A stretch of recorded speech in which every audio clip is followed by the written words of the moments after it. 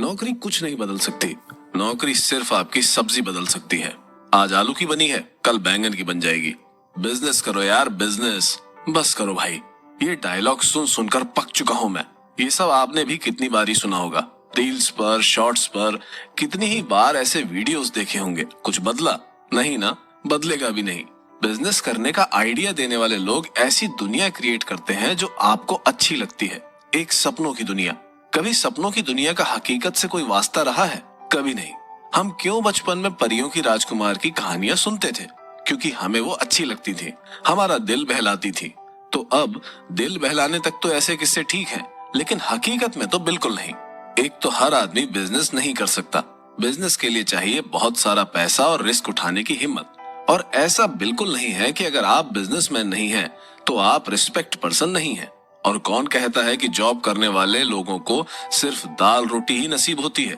मैंने ऐसे लोग देखे हैं जो जॉब करते हुए अच्छा खासा कमा रहे हैं, एक अच्छी लाइफ जी रहे हैं और उनके बच्चे अच्छे स्कूलों में पढ़ रहे हैं, लग्जरी कार, अच्छा घर और सुकून भरी लाइफ जी रहे हैं। लेकिन प्राइवेट जॉब शुरू करने से पहले ही कुछ लोगों को इतना डरा दिया जाता है, ऐसा लगता है जैसे आप कोई गलती करने जा रहे हो। ऐसा बिल्कुल नहीं है।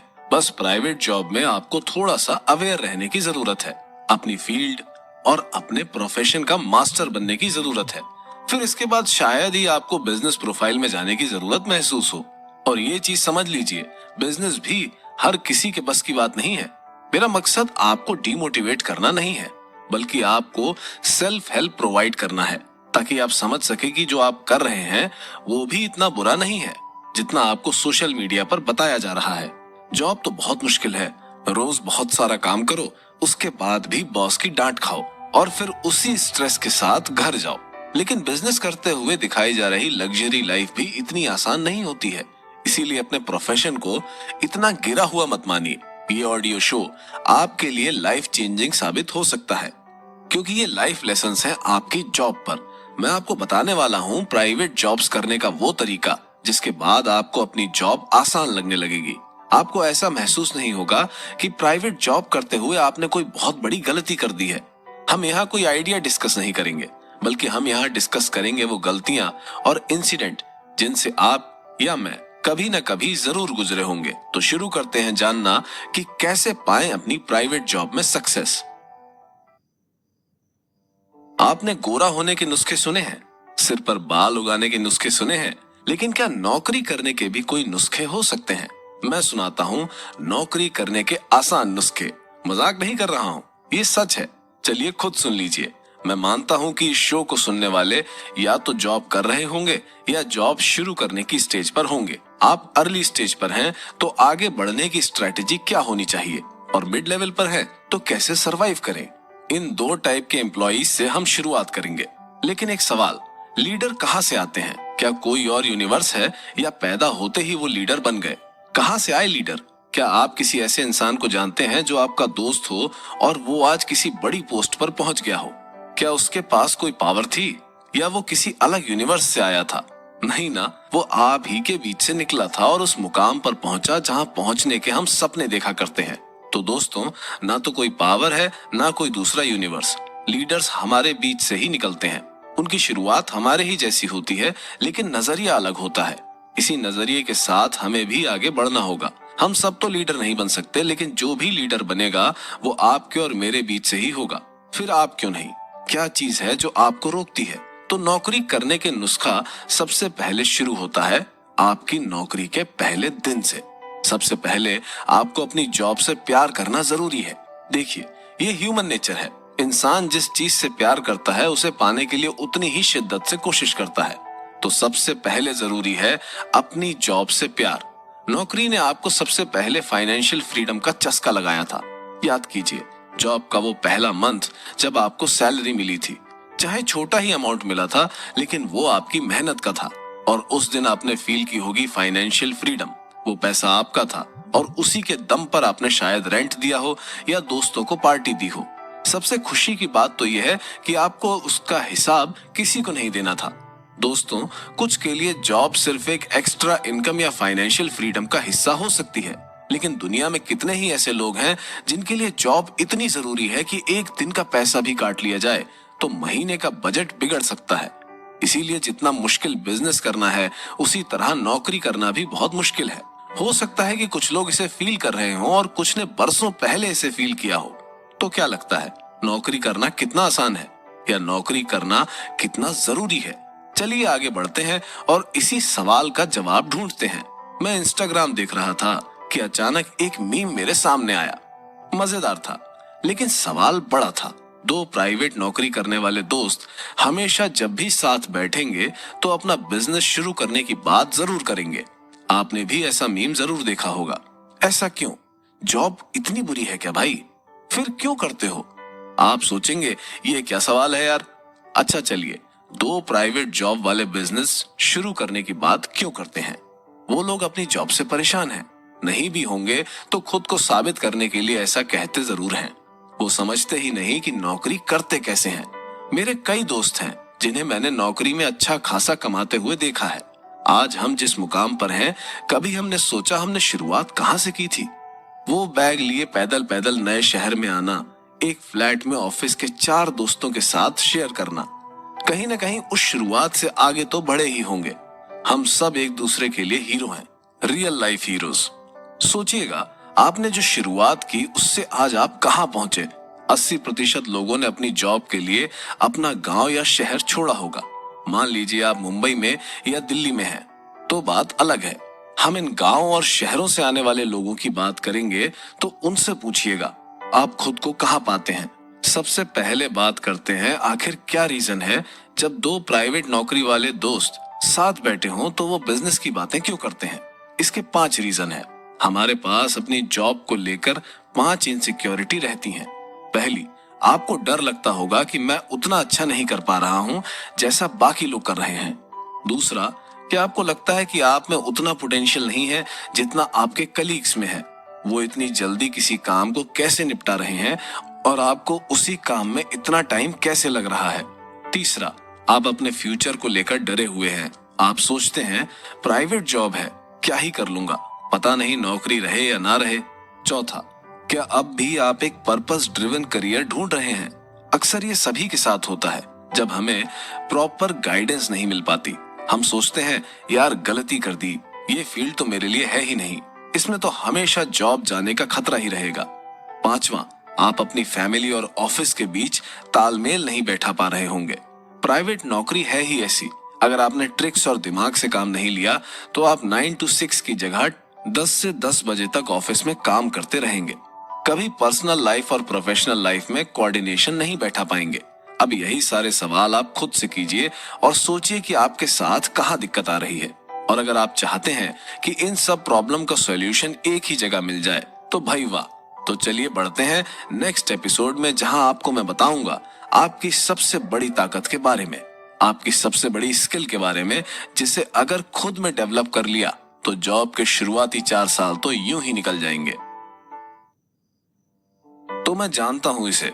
आप जानना चाहते हैं वो नुस्खा जिससे जॉब के शुरुआती 4 साल तो आप आसानी से निकाल सकें। 4 साल क्या, अगर आपने खुद में ये स्किल डेवलप कर ली तो मान लीजिए आप इन फ्यूचर लीडरशिप रोल में भी अपनी टीम के अच्छे लीडर बन जाएंगे। ये स्किल है इमोशनल इंटेलिजेंस। राहुल की इस स्किल ने उसे ऑफिस में सबका चहेता बना दिया था। खुद सुन लीजिए, कल राहुल को ऑफिस में डांट पड़ी है तो पता है क्या हुआ? वो जोर जोर से रो पड़ा। यार तुमने देखा, विक्रम सर और अजय सर में जोरदार झगड़ा हुआ, जमकर दोनों ने एक दूसरे को गालियां दी। कल दोनों को एमडी ने बुलाया है। ऐसा डिस्कशन आपके ऑफिस में होता रहता होगा। फ्रस्ट्रेशन में गुस्सा हो जाना या फिर बात बात पर लड़ना या रोना। दोस्तों, ये आपके खिलाफ एक परसेप्शन बना देता है। यार इसे कुछ मत कहना, ये तो रो पड़ेगा। भाई इनसे दूर ही रहना, ये तो बात बात में लड़ने लगता है। अगर आप ऐसे हैं तो आज ही इसे सुधार लीजिए। कैसे सुधरेंगे? इसके लिए यूज कीजिए इमोशनल इंटेलिजेंस। आपने विक्रम, विजय और राहुल जैसे लोग तो ऑफिस में देखे ही होंगे। अब मैं आपको एक और कैरेक्टर के बारे में बताता हूँ जिसका नाम है रोहित। इसे 7 साल हो चुके हैं एक मल्टीनेशनल कंपनी में काम करते हुए और 4 प्रमोशन भी मिल चुके हैं। ये समझ लीजिए कि रोहित को उसकी उम्र से ज्यादा अच्छी पोजीशन मिली है। रोहित का सीक्रेट है इमोशनल इंटेलिजेंस। जब वो कंपनी में नया नया आया था तो खूब डांट पड़ती काम को लेकर, लेकिन रोहित ने हर गलती से सीखा। वो रोने या लड़ने नहीं लग गया, उसने डांट पड़ने पर कहा, सॉरी, आगे से मैं ध्यान रखूंगा। उसने सिर्फ कंपनी में टिके रहने के लिए नहीं, बल्कि अपने फ्यूचर प्लान के लिए इमोशनल इंटेलिजेंस का यूज किया। इमोशनल इंटेलिजेंस कोई ऐसी चीज नहीं है जो आपको सीखनी पड़े, ये अपने आप डेवलप होगी जब आप लोगों से जुड़ाव महसूस करने लगेंगे। चलिए इसे समझाता हूँ। क्लास के सबसे टॉपर को ले लीजिए। उसका EI यानी इमोशनल इंटेलिजेंस दूर की सोचता है। वो दोस्तों के साथ मौज मस्ती से ज्यादा स्टडी को इंपॉर्टेंस देता है। रिजल्ट ये कि वो टॉपर है। दूसरी तरफ एक एवरेज स्टूडेंट जो सोचता है इमोशनली, आज मेरा मन दोस्तों के साथ बाहर जाने को, मेरे इमोशन मुझे वहीं खींच रहे हैं। वो साल भर पार्टी करता है और एंड में रिजल्ट क्या आता है, या तो फेल या फिर एवरेज मार्क्स। यानी टॉपर में भी वो इमोशन तो थे कि वो पार्टी करे या बाहर जाए, लेकिन उसने इमोशनल इंटेलिजेंस में गेम प्ले किया। ठीक ऐसा ही ऑफिसेज में है। आप चाहें तो टॉपर की तरह सोचें या फिर एक एवरेज स्टूडेंट की तरह मौज मस्ती यानी ऑफिस पॉलिटिक्स में उलझे रहें। इमोशनल इंटेलिजेंस वो चीज है जो आपको स्ट्रेस से दूर रखती है, आपको सिखाती है बुरी से बुरी सिचुएशन में पेशेंस रखना। आपको सबसे पहले अपने इमोशन पर आपको कंट्रोल करना होगा, और ये कर लिया तो आप लाइफ में कभी नहीं हारेंगे। ये करियर के हर स्टेज पर काम करने वाली चीज है, चाहे रोहित ने शुरुआत की हो या वो एक टीम लीड हो। सिर्फ रोहित की बात नहीं है, अगर आप ऑफिस के मैनेजमेंट का हिस्सा हैं तब भी इसे यूज कीजिए। कई लीडर इतने अच्छे होते हैं कि जब वो ऑफिस छोड़ कर जाते हैं तो उनके साथ पूरा ऑफिस स्टाफ रिजाइन कर देता है। क्या उनके पास कोई जादू है? नहीं, वो नेचर के हिसाब से जाने अनजाने में इमोशनल इंटेलिजेंस का पार्ट है। अब आप सोचेंगे वो करते क्या है?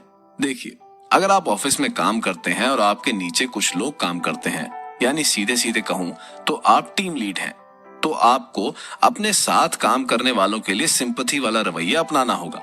उनके काम को हमेशा अप्रिशिएट करना होगा, उन्हें और अच्छा करने के लिए मोटिवेट करना होगा। उनकी गलतियों पर बेवजह डांटना नहीं है, बल्कि उन्हें ठीक करने के लिए मोटिवेट करना है।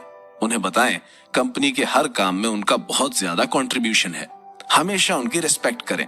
अगर आप ऐसा करने में सक्सेस हो जाते हैं तो सारे एम्प्लॉइज के अंदर आपके लिए रिस्पेक्ट के इमोशन बनना शुरू हो जाएंगे।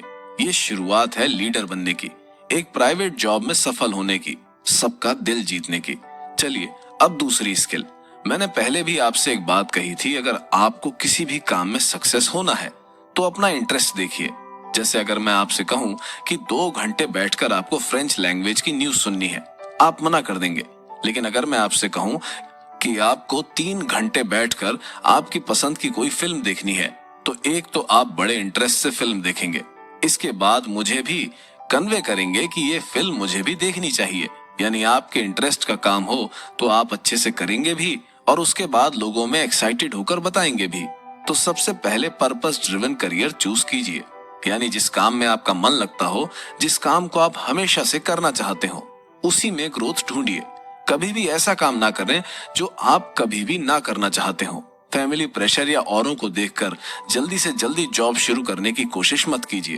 अक्सर मैंने देखा है, एक लड़का हुआ करता था यूसुफ, मिडिल क्लास फैमिली से था, लेकिन इतना भी प्रेशर नहीं था कि उसे कम एज में ही कमाना पड़े। होता यह है कि हम सेल्फ डिपेंड बनने के चक्कर में कई बार शुरुआत ही खराब कर देते हैं। जैसा कहते हैं ना, क्रिकेट में अगर इंडिया ने शुरू से ही 20 ओवर में अच्छे रन बना लिए और कोई विकेट नहीं गिरा तो अच्छा खासा स्कोर खड़ा किया जा सकता है। बिल्कुल ऐसे ही आप भी शुरुआत ठीक करिए। मतलब कॉलेज की पढ़ाई आप जॉब के लिए करते हैं ना, तो ऐसा ही सब्जेक्ट चुने जो आपको ठीक लगता हो। यूसुफ ने कॉमर्स में अच्छे मार्क्स हासिल किए थे, लेकिन उसने कॉलेज के साथ साथ एक होटल में जॉब करनी शुरू कर दी। ऐसे में हुआ ये कि ना तो वो इधर का रहा ना उधर का। इंडस्ट्री में हर जगह आजकल डिग्री को अहमियत दी जाती है। बड़ी पोस्ट के साथ इन डेप्थ इंफॉर्मेशन भी बहुत ज्यादा जरूरी है। अब होटल इंडस्ट्री में काम किए गए बंदे को कोई सीए या असिस्टेंट तो रखेगा नहीं। यानी जाना था जापान और पहुंच गए चीन। इंडियन जॉब कल्चर में वेस्टर्न जॉब कल्चर का भी बहुत फर्क देखने को मिलता है। वहां स्कूल जाने वाले बच्चे भी सेल्फ डिपेंड होते हैं, लेकिन इसे इंडियन कल्चर में मिक्स नहीं कर सकते। आज आप स्कूल खत्म करके सड़क पर डोनट नहीं बेच सकते, लोग आपका मजाक उड़ाएंगे। आपके पेरेंट्स को आपकी वजह से शर्मिंदा होना पड़ सकता है। हाँ, अगर ऐसा करना किसी की मजबूरी है तो उसे हम सीरियसली लेते हैं, लेकिन इसे शुरुआत नहीं मान सकते। किसी जमाने में किसी रिच फैमिली में पेट्रोल पंप पर काम किया था। वाली कहानियां अब पुरानी हो गई हैं। वो दौर अलग था और ये दौर अलग है। अमेरिका के किसी मॉल में काम कर रहा लड़का आपसे ज्यादा कमाएगा, इज्जत भी ज्यादा होगी, लेकिन इंडिया में आपके पोस्ट को ज्यादा इंपॉर्टेंस दी जाती है। आप अमेरिका जाकर टैक्सी चला सकते हैं, लेकिन इंडिया में टैक्सी चलाना मतलब गरीब तबके के आदमी। मैं किसी पेशे को बुरा नहीं मानता, लेकिन इंडियन कल्चर फॉरेन कल्चर के कंपैरिजन में इतना आगे नहीं बढ़ पाया है। आप खुद सोचिए, बेशक किसी चाय के ठेले में कमाई बहुत हो, आपसे ज्यादा कमाता हो, लेकिन उसके और आपके माइंडसेट में बहुत अंतर होगा। इसीलिए माइंडसेट को लेकर आगे बढ़ना है तो चैलेंजेस बहुत आएंगे। आपको सिर्फ अपने काम पर ध्यान देना है। सवाल है काम करने का वो काम जिसमें आपने डिग्री ली हो, या अगर डिग्री ना भी ली हो तो आपको उसकी बहुत अच्छी रिसर्च होनी चाहिए, यानी आपकी शुरुआत अच्छी होनी चाहिए। एक बार अगर आपने करियर में स्पीड पकड़ ली तो यकीन मानिए आप पीछे मुड़कर कभी किसी बिजनेस के बारे में नहीं सोचेंगे। यानी आपको बनना होगा फ्रंट फुट पर खेलने वाला खिलाड़ी, जो रिस्क भी ले तब भी कोई नुकसान ना हो। अब वो कैसे होगा, ये जानने के लिए सुननी होगी समीर की कहानी। जब आप नई नई जॉब ज्वाइन करते हैं तो इसमें आप सबसे पहले महसूस करते हैं फाइनेंशियल फ्रीडम। कॉलेज लाइफ से निकलकर आप एक नए कल्चर में एंटर कर रहे होते हैं। मैंने पहले भी आपको बताया, वो पहली सैलरी की खुशी जैसी खुशी आपको कभी नहीं मिली होगी। आप जिस टीम का हिस्सा हैं, उस टीम का और अपने सीनियर्स का भरोसा जीतना होगा, यानी आपको अपने साथियों से बना कर रखनी होगी। ये कब होगा, जब ऑफिस में लोग आपको कहने लगे, यार वो होता तो अभी 2 मिनट में इस काम को कर देता। मतलब कोई भी एक चीज उसमें अपनी पहचान बना लीजिए। ये वो दौर होगा जहां आप एक मेंटोर बनने की शुरुआत करेंगे। बिल्कुल सही सुना आपने, मेंटोर। दोस्तों, लीडर बनने की शुरुआत पहली जॉब से ही शुरू होती है। इस वक्त आपके पास इतना बर्डन नहीं होता कि आपको कंपनी को जवाब देना होगा। आपके पास एक्सप्लोर करने के लिए बहुत सारी चीजें होती हैं, यानी आपकी फील्ड में क्या चल रहा है और आप कैसे नयापन ला सकते हैं। यही नहीं, इस एज में आपके पास कोई जिम्मेदारी नहीं होती है। यही टाइम है जब आप फ्रंट फुट पर खेल सकते हैं। फ्रंट फुट पर खेलना यानी अगर आपको अच्छा ऑफर मिले तो आप जॉब स्विच कर सकते हैं, या अगर आपको लगे कि नहीं यार इस जगह मुझे सीखने को नहीं मिल पा रहा है तो आप दूसरी कंपनी में ट्राई कर सकते हैं। समीर भी आप ही की तरह था। अभी अभी 23 साल की एज में उसकी जॉब लगी थी। इतनी खास नहीं थी, क्योंकि लखनऊ में आईटी सेक्टर में सिर्फ 10 से 12 हजार ही मिल रहे थे। 2-3 महीने हुए थे कि उसके एम्प्लॉयर ने उससे ऑफिस रिसेप्शनिस्ट का काम भी कराना शुरू कर दिया। समीर ने कुछ दिन तक तो संभाला, लेकिन फिर उसे लगा ये काम तो मेरे लिए नहीं है, मैं कुछ और हूँ और मुझसे कुछ और काम करवाया जा रहा है। समीर ने दूसरी जॉब ढूंढना शुरू किया। नया प्लेयर था तो उसके लिए घर से भी इतनी जिम्मेदारियां नहीं थी। उसे दिल्ली से अच्छा ऑफर आया, सैलरी भी 45,000 थी। 12,000 से सीधा 45 पर छलांग मारी थी समीर ने। दौड़ा दौड़ा घर आया और ये बात अपने पेरेंट्स को बताई। वो भी खुश थे और उन्होंने समीर को दिल्ली जाने की हाँ कह दी। तो दोस्तों, समीर यहाँ फ्रंट फुट का खिलाड़ी था।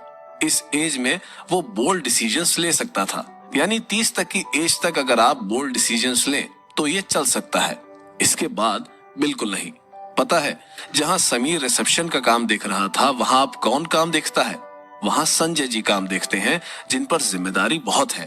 जो बॉस ने कहा उन्हें वो काम करना पड़ेगा। संजय जी बोल्ड डिसीजंस नहीं ले सकते। जिस उम्र में उन्हें लेने थे तब वो सिर्फ बॉस की हाँ में हाँ मिलाते रहे। यही हम गलती करते हैं। आप नए नए हैं, इसका मतलब ये नहीं कि आपसे कोई भी काम कराया जा सकता है। देखिए, घोड़े को रेस में दौड़ाया जा सकता है, उससे सामान नहीं उठवाया जा सकता है। आप समय पर ये चीज समझ गए तो आगे अपनी ही फील्ड में बॉस बनेंगे। इसीलिए मेरी एडवाइस है कि जब आप जॉब की शुरुआत करें तो बेहतर होगा कि अपनी फील्ड से जुड़ा काम ही देखें। एक किस्सा याद आ रहा है।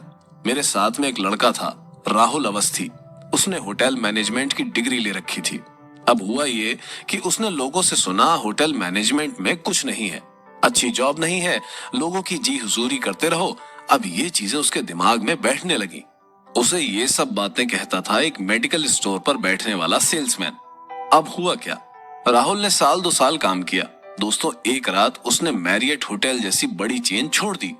पता है, अब वो मेडिकल स्टोर पर बैठकर अब उस सेल्समैन से बातें करता और मेडिकल की इंफॉर्मेशन जुटाता। उसे लगने लगा कि अब वो परफेक्ट हो चुका है, तो उसने शुरू किया मेडिकल एमआर का काम। फंस गए राहुल भैया। डिसीजन बोल्ड था, मार्केटिंग का काम था, लेकिन चीजें वही की वही।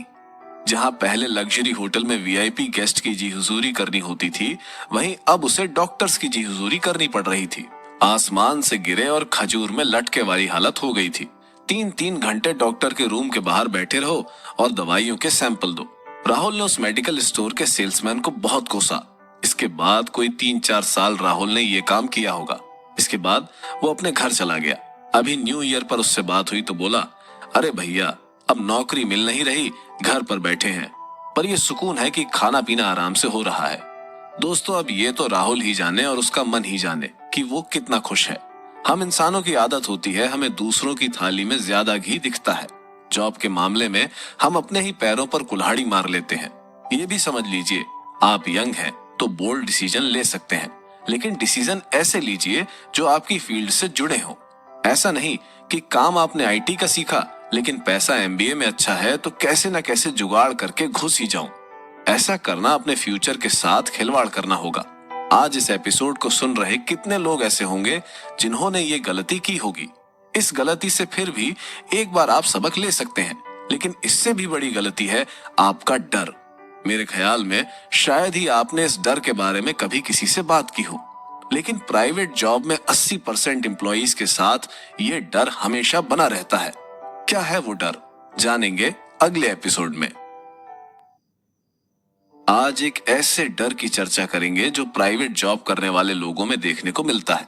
अक्सर हम खुद को दूसरों से कंपेयर करने लगते हैं। हमें लगता है कि वो हमसे अच्छा कर रहा है, लेकिन हमारे में उतना पोटेंशियल नहीं है जितना आपके ऑफिस में आपकी सीट के पास बैठने वाले कलीग में है। ये डर आपको धीरे धीरे डिप्रेशन की ओर ले जाता है। अगर आपको ऐसा नहीं लगता तो नितिन की कहानी ही सुन लीजिए। 26 साल का नितिन कोटा से पढ़ाई करके बैंगलोर में जॉब कर रहा था। पढ़ाई में अच्छा था, मैथ्स भी अच्छी थी, तो एक ऑनलाइन क्लासेस से उसे अच्छा ऑफर था, सो उसने यहाँ ज्वाइन कर लिया। देखने में बैंगलोर जितना खुशनुमा बाहर से दिखता है, उतना अंदर से नहीं है। यहाँ खास तौर पर बाहर से जॉब करने आए लोगों के लिए पैसा तो बहुत है, लेकिन उनके साथ साथ चलता है पेन और फ्रस्ट्रेशन। अच्छा ना कर पाने का पेन और काम का फ्रस्ट्रेशन। तो नितिन को आए 2 महीने हुए थे और उसे लगने लगा कि सारे टीचर अच्छा कर रहे हैं, लेकिन अगर मेरा परफॉर्मेंस देखूं तो ना तो सोशल मीडिया पर मेरा कोई फॉलोअर है, ना ही मुझे इस कमरे की स्क्रीन के बाहर कोई पहचानता है। ऐसा क्यों है? क्या मैं छोटी सिटी से आया हूँ इसलिए, या मुझे पढ़ाना नहीं आता? नितिन ने और जोर लगाया कि वो बच्चों को अच्छे से फनी तरीके से समझा सके। नितिन के स्टूडेंट्स तो उसकी बहुत रिस्पेक्ट करते थे, लेकिन नितिन को एक प्रॉब्लम थी। टीचिंग स्टाफ की तरह उसके सोशल मीडिया पर वीडियोस वायरल नहीं हो रहे थे। मैनेजमेंट उससे काम को लेकर कोई नाराज नहीं था, लेकिन उसे फील होता था कि मैं सोशल मीडिया वायरल टीचर से अच्छा नहीं कर पा रहा हूँ। एक पहचान बनाने की उसकी इच्छा मन ही मन में एक डर पैदा कर रही थी। एक दिन यही सोचते हुए नितिन बाइक पर अपने फ्लैट की तरफ जा रहा था। उसे घबराहट सी हो रही थी। कल क्या नया टास्क मिलेगा? कल कैसे मैं एक नई चीज को स्टूडेंट्स के सामने प्रेजेंट करूंगा? नितिन के सीने में जलन हुई और घबराहट बढ़ने लगी। उसने बाइक रोकी और सड़क के पास बनी दीवार पर बैठ गया। कुछ मिनट हुए थे, नितिन नीचे गिर गया। उसे साइलेंट अटैक आया था, एक चीज को बार बार सोचने से और अच्छा ना कर पाने के स्ट्रेस से। दोस्तों, आज की सबसे बड़ी समस्या है स्ट्रेस, और स्ट्रेस के पीछे का सबसे बड़ा रीजन है fear of not being good enough. आपको लगेगा बाकी लोग इतना अच्छा कर रहे हैं, मैं शायद ठीक से काम को समझ नहीं पा रहा हूँ। मेरा मकसद आपको डराना बिल्कुल भी नहीं है, बल्कि ये समझाना है कि स्ट्रेस आपके साथ कितनी हद तक बुरा हो सकता है। कोई बताए ना बताए, लेकिन ये सभी के साथ होता है। याद है ना कोरोना? अब एक कहानी अभिषेक की सुनिए। बात है उस वक्त की जब पूरी दुनिया थम गई थी। वक्त था कोरोना का। कई लोगों ने अपनी जॉब गंवाई तो कई लोगों ने अपनों को गंवाया। ऐसे में अभिषेक भी कोरोना से पहले अच्छी खासी जॉब में था। ऐसा समझिए उसे मजा आने लगा था और वो अपनी जॉब में बहुत अच्छा कर रहा था। एक वर्क फ्रॉम होम में उसका पेट्रोल का खर्चा बच रहा था, ऊपर से वो साथ ही साथ अपने घर की भी देखभाल कर पा रहा था। मतलब यूं समझिए कि कोरोना में भी उसकी जॉब पर कोई खतरा नहीं था। 2020 से लेकर 2022 तक, कोरोना खत्म होने तक उसने मजे की लाइफ काटी। जब लोगों को नौकरी से निकाला जा रहा था, तब भी उसकी कंपनी जो एक एमएनसी थी, उसे हर महीना बिना कुछ काटे सैलरी दे रही थी। इतना अच्छा था सब कुछ। कुछ तो आखिर हुआ। क्या? कैसे? अभिषेक को fear of not being good enough की बीमारी ने घेर लिया। चलिए खुद अभिषेक से सुनिए। इस डर का रीजन शायद मेरी कंपनी थी, या हो सकता है मैं अब भी गलत हूं जो कंपनी को कोस रहा हूं। मुझे वक्त रहते संभल जाना चाहिए था। मैंने 3 साल वर्क फ्रॉम होम किया था। अच्छी खासी जॉब चल रही थी। एक रात इंटरनेट पर सर्च करते हुए मुझे एक कंपनी के बारे में मालूम चला। मेरे शहर की दिल्ली की ही कंपनी थी। जॉब ऑफर अच्छा था और पोस्ट भी अच्छी मिल रही थी। मैंने ऐसे ही कंपनी की वेबसाइट पर अप्लाई कर दिया। मैंने सोचा नहीं था कि इतनी बड़ी कंपनी से मुझे कॉल आएगा। 4-5 दिन बीते थे कि एक अनजान नंबरों से कॉल आई। Hello, hi Abhishek, I am calling from UD group. और मैं उस वक्त घर पर बैठा अपना काम निपटा रहा था। अचानक नाम सुना तो चौंक गया। मैंने खुद को संभाला और कहा, जी बताइए, अभिषेक बोल रहा हूँ। सामने वाली आवाज ने मुझसे कहा, आपने यूडी ग्रुप की वेबसाइट पर अप्लाई किया था, कल आपका इंटरव्यू है, क्या आप कल 12 बजे आ सकते हैं? मुझे कुछ नहीं सूझा। मैंने हाँ कर दी। अगले दिन मैं इंडिया की सबसे बड़ी कंपनी के ऑफिस में था। मैं जब कार में पार्क करके अंदर घुस रहा था तो मैंने खुद को घूरते हुए पाया। सूट बूट पहने यूडी ग्रुप के एम्प्लॉय जैसे मुझे घूर रहे हो। ऐसा लग रहा था जैसे मैं किसी और प्लेनेट से आया हूँ। एक बार तो मेरा कॉन्फिडेंस डाउन सा हो गया, लेकिन मैंने खुद को संभाला। अपने ब्लेजर को ठीक करते हुए आगे बढ़ा, ये सोचते हुए, अरे यार अभिषेक, तू सीनियर मैनेजर है, कल ज्वाइनिंग के बाद ही ये लोग तुझे सर कहते हुए पीछे आएंगे। सोचते हुए अंदर घुसा और वहां जाकर बैठ गया जहां मुझे रिसेप्शन से कहा गया था। दोस्तों, इतना बड़ा ऑफिस था कि क्या बताऊं। मुझे मेरे सपने पूरे होते हुए नजर आ रहे थे। अब वो वक्त आ गया था जिसका मुझे इंतजार था। मैं इंटरव्यू के लिए गया और कंपनी के एमडी से मिला। मेरी तरह वहां 4 लोग और थे, लेकिन मुझे यकीन था कि मेरा ही सिलेक्शन होगा। कुछ 15 मिनट चले इंटरव्यू के बाद मैं बाहर निकल आया और एक सिगरेट का कश लेते हुए अपनी कार की ओर बढ़ चला। मुझे परवाह नहीं थी कि मेरा सिलेक्शन होगा या नहीं, लेकिन मुझे अंदर से फीलिंग आ रही थी कि इस कंपनी में सीनियर मैनेजर की पोस्ट पर ही जाऊंगा। सोचते हुए मैं घर पहुंच गया। अगले ही दिन मुझे कंपनी से कॉल आया और हायरिंग प्रोसेस समझाया गया। कहा, एमडी सर आपसे बहुत इंप्रेस हुए और ये जॉब आपकी हुई। अब आप बताइए कब ज्वाइन कर सकते हैं। मैंने उन्हें अपनी पिछली कंपनी के हिसाब से नोटिस पीरियड के बारे में बता दिया। उन्होंने कहा, ये जॉब फ्रॉम ऑफिस है, वर्क फ्रॉम होम नहीं रहेगा। मैंने हाँ कर दी और उस दिन का इंतजार करने लगा जब मुझे नई जॉब में 40% सैलरी हाइक के साथ काम करना था। दोस्तों, मेरा नोटिस पीरियड पूरा हुआ और मैंने यूडी ग्रुप में पहला दिन था। मुझे एक बड़ी मिला था जो हर बड़ी कंपनी में होता है। वो आपको काम का पूरा प्रोसेस समझाता है। पहले दिन उसने मुझे बड़े आराम से काम का हिस्सा समझाया। मैं उसकी हाँ में हाँ मिलाता गया। वो 7वां दिन था और मुझे कंपनी का पहला प्रोजेक्ट मिला। मैंने बड़ी मेहनत से प्रेजेंटेशन तैयार की और हायर अथॉरिटी के पास गया। वहां पहले से ही 4-5 लोग बैठे हुए थे। मैंने उनसे कहा, सर विनीत, प्रेजेंटेशन तैयार हो गई है, आप चाहें तो देख लीजिए। जैसे ही उन्होंने पहली स्लाइड ओपन की तो मुझे देखा और कहा, क्या आपको कंपनी के रूल नहीं मालूम? इसी क्लाइंट के पिछले प्रोजेक्ट की डिटेल्स कहाँ है? और ये जो मैप आपने यूज किया है, इसे कंपनी की वेबसाइट से क्यों नहीं लिया? विनीत ने 3 स्लाइड में ही बहुत सारी गलतियां बता दी। मुझे मेरे बड़ी पर गुस्सा आ रहा था। जब मैंने उससे पूछा था तब उसने मुझे ये सारी बातें क्यों नहीं बताई। खैर, मैंने समझा बड़ी कंपनी है तो इनके रूल भी अलग होते हैं। मैं अपनी गलती एक्सेप्ट करने ही वाला था कि विनीत ने वही काम सामने बैठे अमित को दे दिया। कहा, इसे तुम करके लाओ। जैसे विनीत ने बताया था ठीक उसी तरह अमित ने वो प्रेजेंटेशन बनाई और शायद पूरा स्टाफ मुझे देख रहा था और सोच रहा था, बड़े आए सीनियर मैनेजर, एक प्रेजेंटेशन तो ठीक से बनाई नहीं जाती। अब जब मैं पूरा दिन किसी को अपनी तरफ देखते हुए पाता तो लगता जैसे कि वो कह रहा हो, बड़े आए सीनियर मैनेजर। एक एक करके दिन निकलता गया और रोज कुछ ना कुछ मेरे साथ होता गया। हमेशा कुछ नया लूप होल निकलकर सामने आता जो मेरे ट्रेनिंग पीरियड में मेरे बडी को मुझे समझाना था। मुझे लगता इसने ये बात मुझे उस दिन क्यों नहीं बताई। आज भला मुझ पर क्यों चिल्ला रहा है। मुझे याद है वो मेरी जॉब का 18वां दिन था।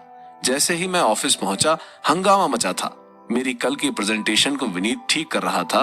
वो अपने हिसाब से उसमें ऐड ऑन करवा रहा था। मैं समझ गया कि ये फिर से आज नाटक करेगा। मैं पहुंचा और उसकी डांट सुनी। मुझे रोना आ रहा था। लग रहा था कि पिछली कंपनी ही ठीक है, मैं इनकी तरह कैसे काम कर पाऊंगा। मुझे कुछ समझ में नहीं आ रहा था कि ये मेरे साथ ही क्यों हो रहा है, जबकि मैंने कई लोगों की प्रेजेंटेशन देखी जो मुझसे कई गुना घटिया थी, लेकिन सिर्फ मेरे साथ ही ऐसा बिहेव क्यों हो रहा था। ये मुझे खुद समझ नहीं आ रहा था। 20वां दिन था और फिर से वही हुआ। अब मुझे लगने लगा कि मैं गलत जगह पर हूँ, मैं कुछ नहीं कर पा रहा हूँ, जबकि मुझसे 5-5 साल छोटे लोग अच्छा काम कर रहे हैं। मुझे डर लगने लगा था। मैं धीरे धीरे fear of not being good enough का शिकार होता जा रहा था। एक दिन मैं ऑफिस की अपनी सीट से उठा और सीधा एग्जिट गेट की तरफ निकल गया। वो मेरी जॉब का 21वां दिन था। तो दोस्तों, आपने देखा खुद को साबित ना कर पाने का डर कितना बुरा है। अभिषेक ने जॉब छोड़ दी। अब ना तो उसे पिछली कंपनी में जॉब मिलनी थी और मिली भी तो उतनी सैलरी नहीं। ऐसे में आप क्या सोचते हैं, अभिषेक गलत था या उसकी बड़ी कंपनी के कलीग्स? नहीं, यहाँ अभिषेक गलत था। कैसे, समझाता हूँ। ये कोरोना में जो वर्क फ्रॉम होम की लत थी ना, इसमें अभिषेक अपने कलीग से फोन के जरिए या वीसी के थ्रू जुड़ा रहता था। दिक्कत तब आई जब उसने 3 साल बाद लोगों को सामने से फेस किया। हुआ ये था कि फोन पर तो अभिषेक ऑफिस पॉलिटिक्स को संभाल लेता था, क्योंकि उसे उनके बीच में नहीं रहना पड़ता था। वो लोग सिर्फ एक कॉल पर कनेक्ट थे।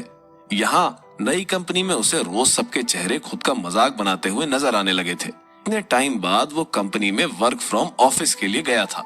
उसके दिल में घबराहट थी, इसीलिए उसे डर लगने लगा था। रही कंपनी के कलीग्स की बात, तो आजकल आपके पेशेंस लेवल का टेस्ट ऐसे ही किया जाता है। मैंने तो यहाँ तक देखा है कि स्ट्रेस लेवल चेक करने के लिए कंपनी के एम्प्लॉय आपसे शुरू में बहुत काम करवाएंगे, आपके स्ट्रेस लेवल को चेक करने के लिए। ऐसी सिचुएशंस क्रिएट की जाएंगी कि आपको लगेगा आपने पिछली जॉब में कुछ नहीं सीखा। ऐसा सिर्फ आपके साथ नहीं हुआ, उनके साथ भी हुआ होगा जब उन्होंने कंपनी ज्वाइन की होगी। ऐसे में अगर आप इस लेवल से निकल गए तो बड़ी से बड़ी कंपनी में आपको सक्सेस होने के लिए कोई नहीं रोक सकता। तो डरिए मत और एक नई एक्साइटमेंट के साथ अपने काम में जुट जाइए। तो दोस्तों, जॉब नई हो या पुरानी, गलतियां अक्सर होती ही हैं। इससे बिल्कुल भी ना घबराएं। खुद के लिए एक ऑरा ना बनाएं कि आप ही गलत हैं और बाकी सब आपसे कहीं ज्यादा अच्छा कर रहे हैं। और मैं तो कहता हूं, हमें जमकर गलतियां करनी चाहिए। जितनी गलतियां करेंगे उतना ही लाइफ से सीखने को मिलेगा। तो गलती में भी छिपा हुआ है आपकी सक्सेस का राज।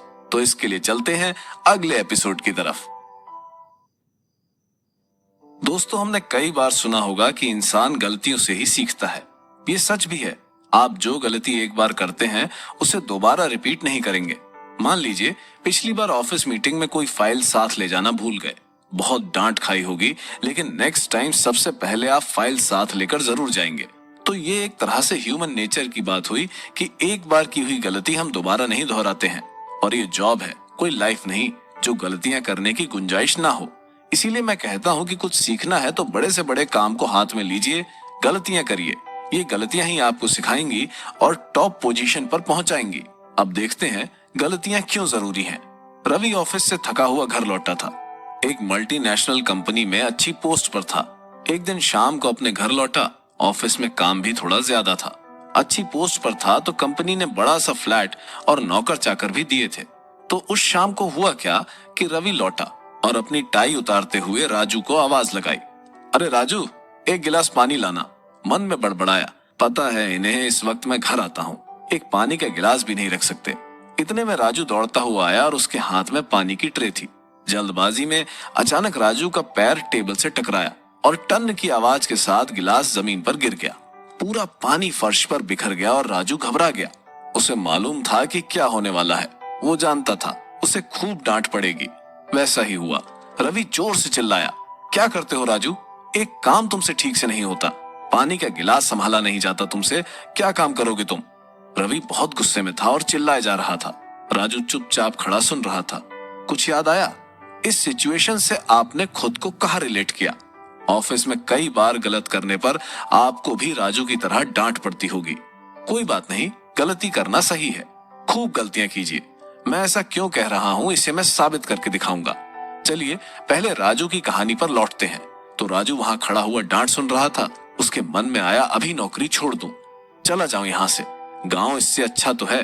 वो गांव था जहां कम से कम इन छोटी छोटी बातों पर डांट तो सुनने को नहीं मिलती थी। सामने खड़ा रवि उसे दुश्मन लग रहा था। अब रवि शांत था और राजू बेमन से फिर रवि के लिए पानी लेने गया। इस बार राजू ने बड़े ध्यान से गिलास पकड़ा था और ले जाकर रवि को दे दिया। दोस्तों, गिलास उसी के हाथों से गिरेगा जो रोज उसका इस्तेमाल करते हो। उसके हाथों से नहीं जिनको सिर्फ गिलास उठाकर पानी पीना होता है। खूब गिलास गिराइए, यानी खूब गलतियां करिए। करियर में जितनी गलतियां करोगे उतना ही सीखोगे। अपनी गलती को ये मत समझ लीजिए कि आप ही हैं जिसे कुछ नहीं आता। राजू से गिलास गिरा, वो भी तो रोज पानी देने जाता था, लेकिन दूसरी बात वो गिलास को संभाल कर ले गया, टेबल से बचाते हुए। रही रवि की बात, रवि का काम सिर्फ गिलास उठाकर पानी पीना था। उससे गलती की गुंजाइश बिल्कुल कम थी। राजू से इसलिए थी क्योंकि उसका काम रोज ही पानी पिलाना है।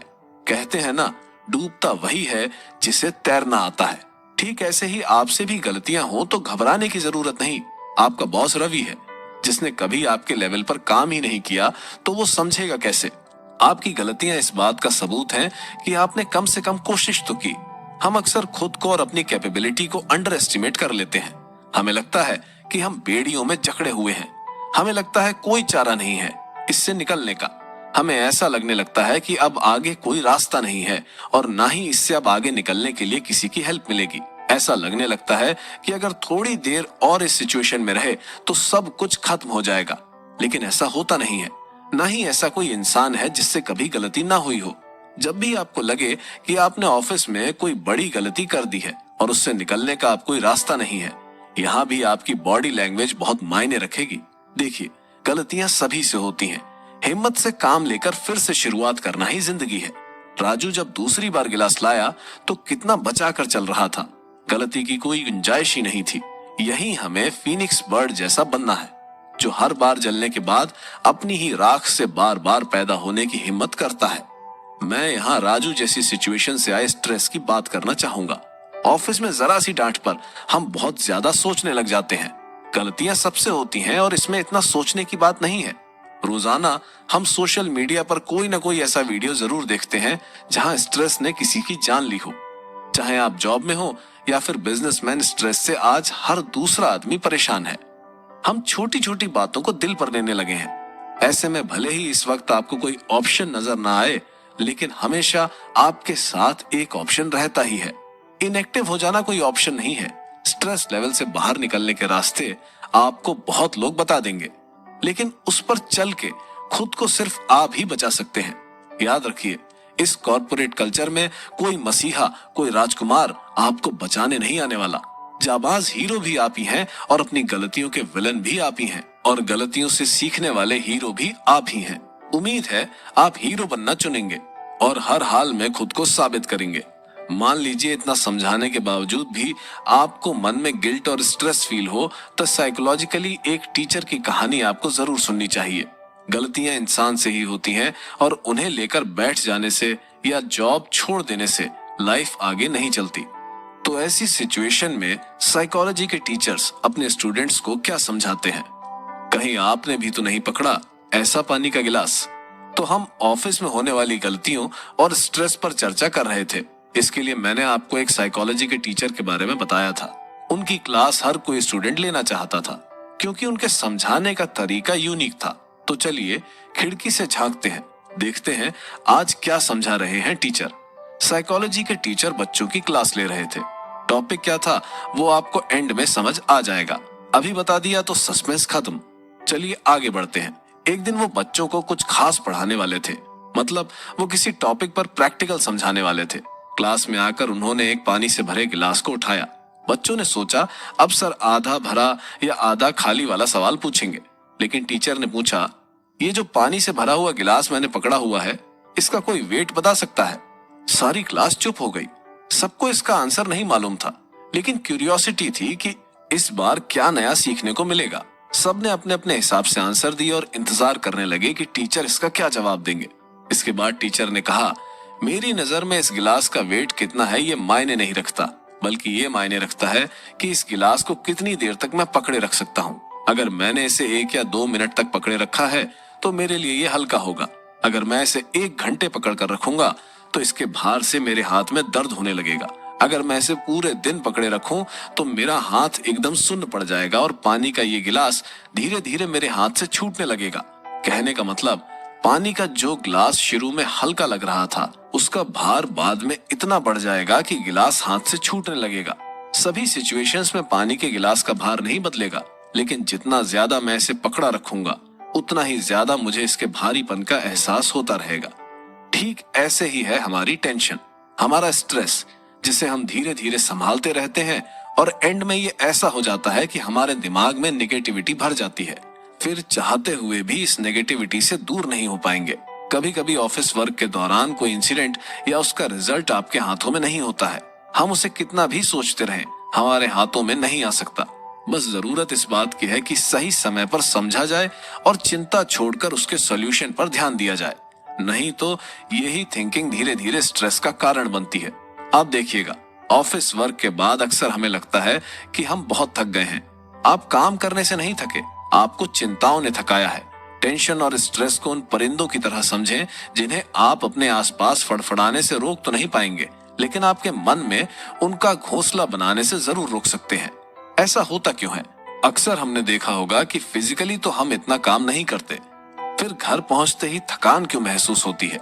ये मेंटल स्ट्रेस है जो हमें इतना थका देता है कि हम घर पहुंचने के बाद टायर्ड फील करते हैं। एक रीजन बताता हूँ। आजकल काम करना इतना स्ट्रेस भरा हो गया है कि हमारे दिमाग में एक चीज चलती है, खुद को साबित करने की कोशिश, जॉब जाने का डर और लाइफ का स्ट्रेस।